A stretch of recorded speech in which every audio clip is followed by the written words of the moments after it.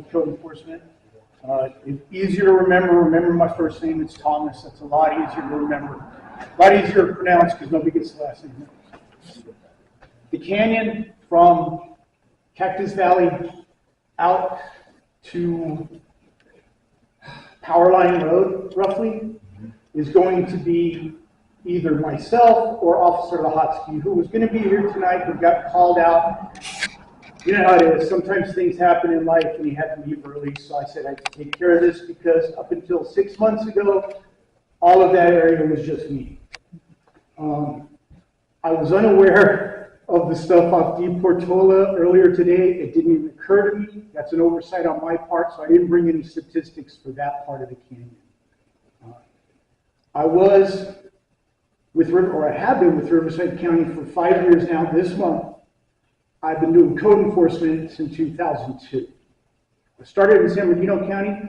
I worked all of the mountain areas there. I was the senior officer for their fire hazard abatement program throughout the mountains and the valley and the desert. I did that for a number of years. I left San Bernardino County, went to the city of Long Beach for 3 years, decided that wasn't for me, and Riverside County took me.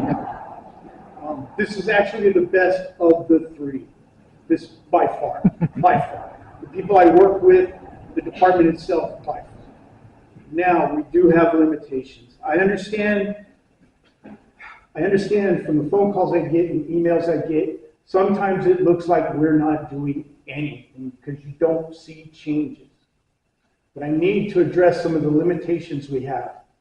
We cannot address substandard mobile homes because right now, we do not have a finalized, codified ordinance to address substandard mobile homes.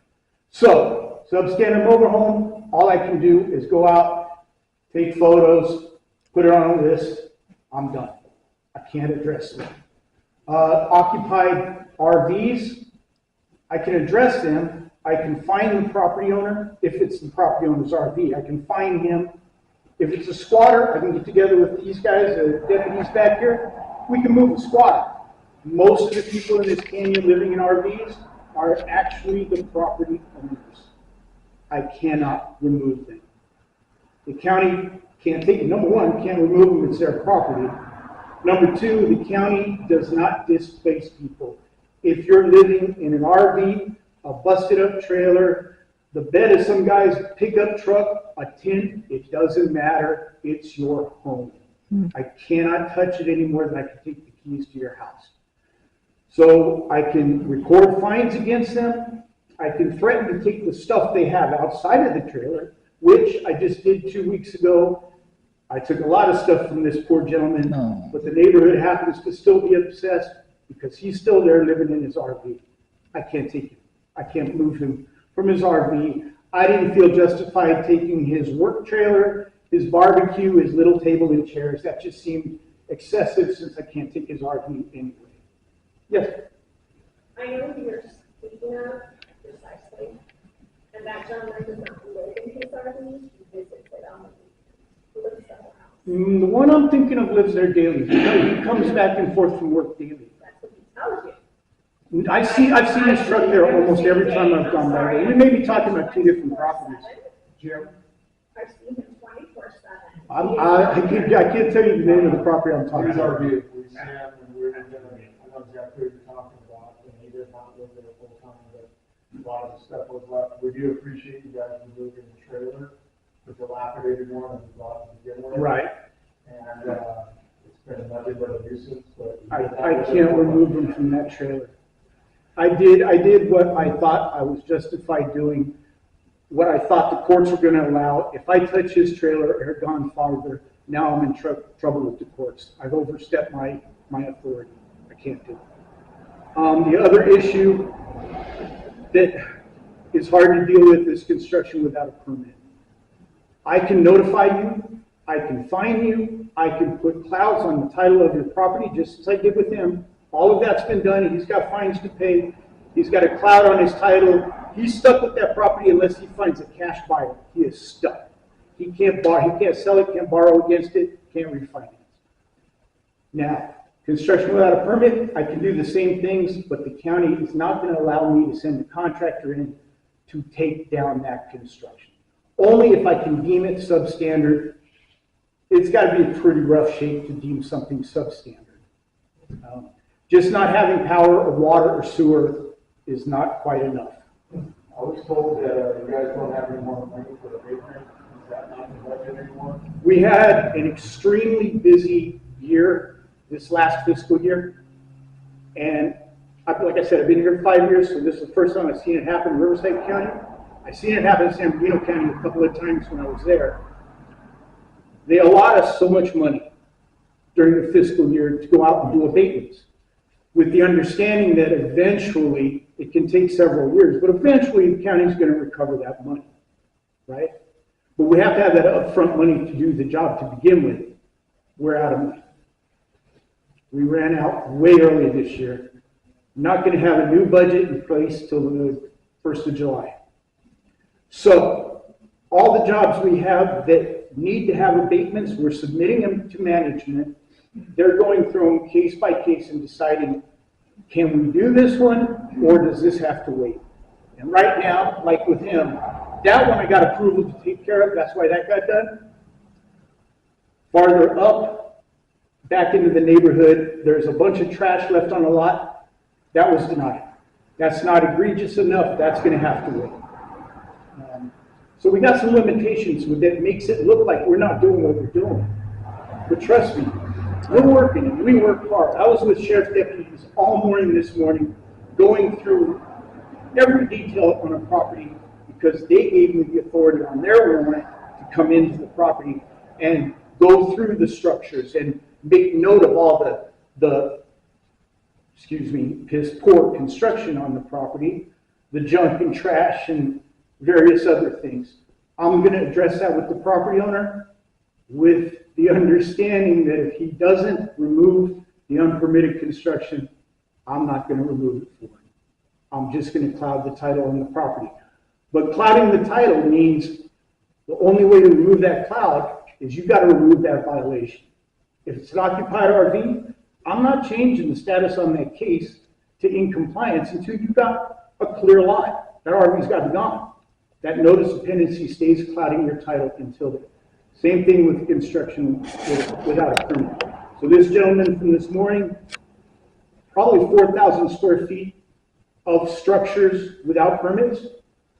If he decides that he can no longer afford his property because it kind of gave the impression that he was allowing other people on the property to, grow marijuana, manufacture drugs, bring in stolen cars, whatever. Because he's older and he needs a couple of bucks. That happens quite often. But if he doesn't tear any of that down and then decides it's time to sell the property, he can't sell that property until he does tear all that down. Can you elaborate on closed no compliance? Because there's people that are not compliant or did not do any type of corrective action, but we have a close non-compliance. That's actually technically pending if they do not take corrective action, but we close it and say non-compliance, which just absolutely makes no sense. If we didn't do that, my caseload would be way over 1,000 cases. So once we get to the point where a notice of pendency is recorded on the property and we can no longer go in and actually remove anything, we close it non-complied, leaving that notice of pendency on the title until they decide to borrow money, refinance, or sell it. And at that point, they've got to bring it into compliance, or none of that happens unless they find a high dollar cash buyer. That's the only way around it.